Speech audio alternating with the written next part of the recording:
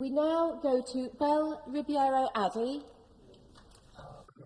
Thank you, Madam Deputy Speaker.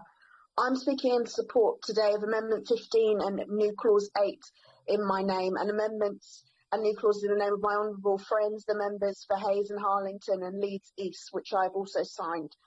I'll start my remarks with reference to my Amendment 15, tabled with the aim to highlight the importance of what is coined the £20 uplift for tax credits recipients from the COVID-19 support scheme, and the damage that the government's decision to not continue this beyond September will cause.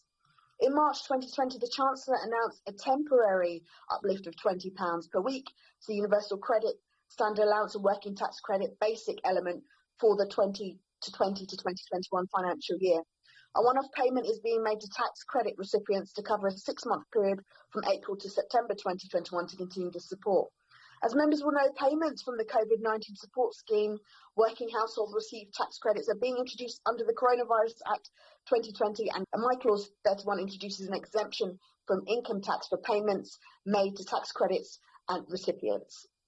My Amendment 15 would require the government to publish an inequalities impact assessment of the provisions of Clause 31, which must cover the impact of the provisions on households at different levels of income, people with protected characteristics, and equality in different parts of the United Kingdom and regions of England, and child poverty. This is because whilst the £20 per week top-up will temporarily be retained, helping some 6.5 million families for a further 6 months, this doesn't allay the fears families will have going into next winter.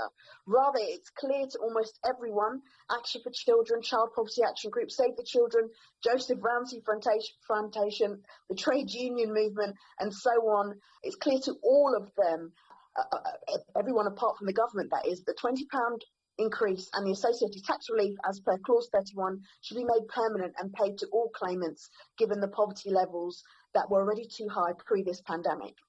Extending the £20 uplift is vital because struggling families can't keep afloat without it, but that will be true in 6 months as it is now. Action for Children estimate that 2.5 million families with children currently on universal credit and working tax credit will miss out on a combined total of £1.3 billion across the next financial year. Statistics from March show that just over half of all the children in poverty were in families with the youngest child under the age of 5 and 47% of children in families with 3 or more children. According to these figures, the number of children living in relative poverty after housing costs rose from 4.1 million in 2018 to 19 to 4.3 million in 2019 to 20. This amounts to 31% of all children in the UK. In comparison, 3.6 million children were in poverty just 11 years ago. Deprived families has fallen deeper into poverty, with 2.9 million children considered to be in deep poverty. What an indictment of this government's economic record. Years of austerity, welfare cuts, benefit changes and cuts to public services have disproportionately affected children, women, disabled people and Black, Asian and minority ethnic communities. A fact that has been repeatedly outlined by many civil society organisations. On top of this, experts have warned that child poverty will rise even further after the pandemic. And what has this government's response been? An offensive and factually redundant report on race and ethnicity that repackages racist tropes and stereotypes into facts, twisting data and misapplying statistics and studies. Not my words, Mr. Speaker, the shocked comments from the United Nations Human Rights Council. Therefore, it's no surprise that the finance bill falls short in tackling poverty and inequality.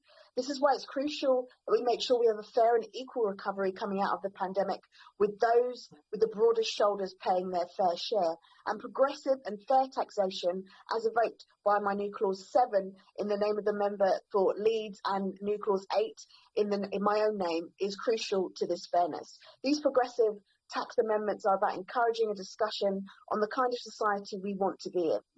Money Clause 8 would require the government to publish an assessment of introducing the effect of reducing the income tax threshold for the additional rate to 80,000.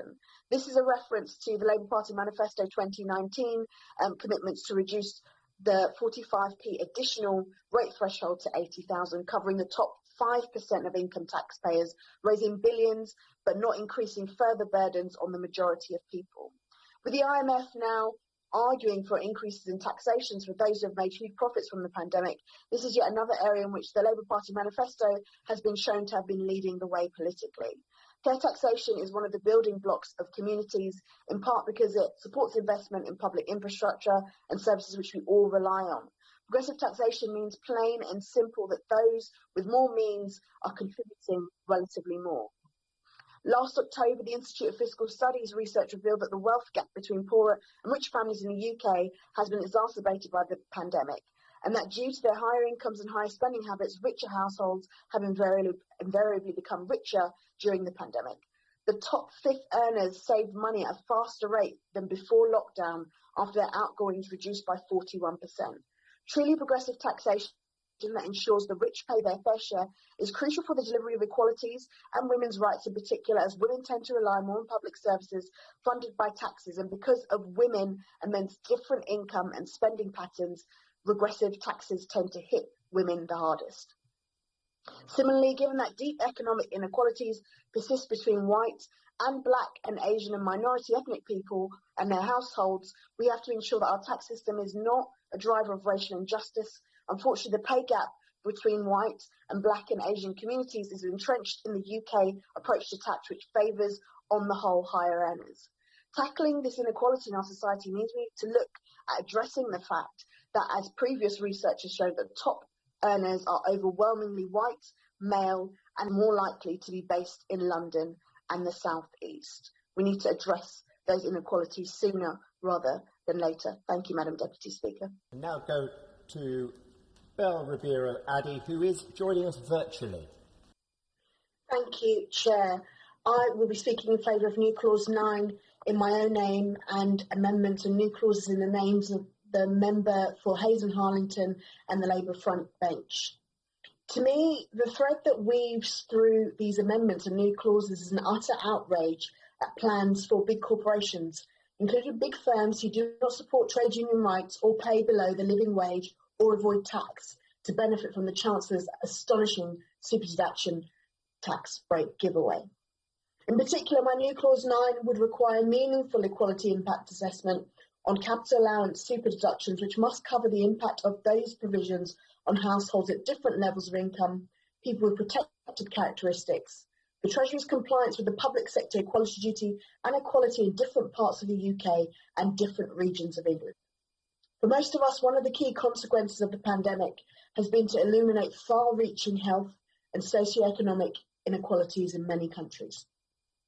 And however much this government tries to conjure otherwise, it is just a statistical and factual truth as a result of years of cruel conservative austerity, followed by the callous Conservatives' handling of the COVID crisis.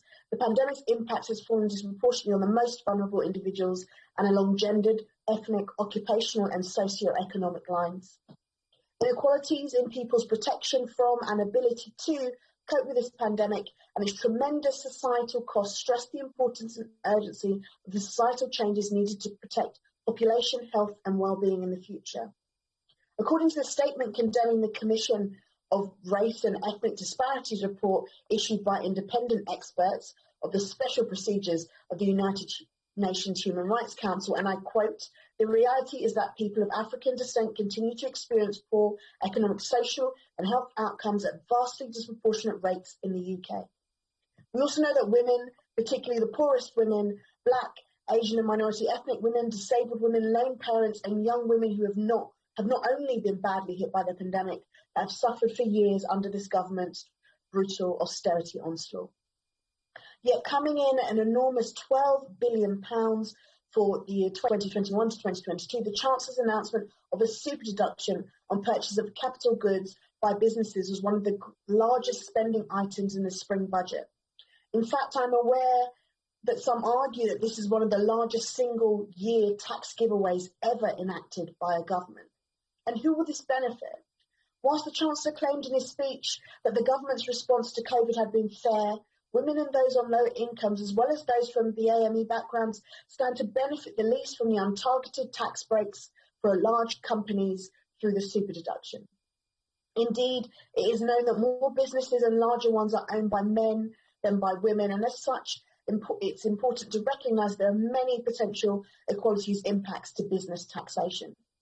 Incentives such as the super deduction are biggest for large firms, and the Financial Secretary to the Treasury admitted that only 1% of firms will benefit this year, as the rest are within the annual investment allowance.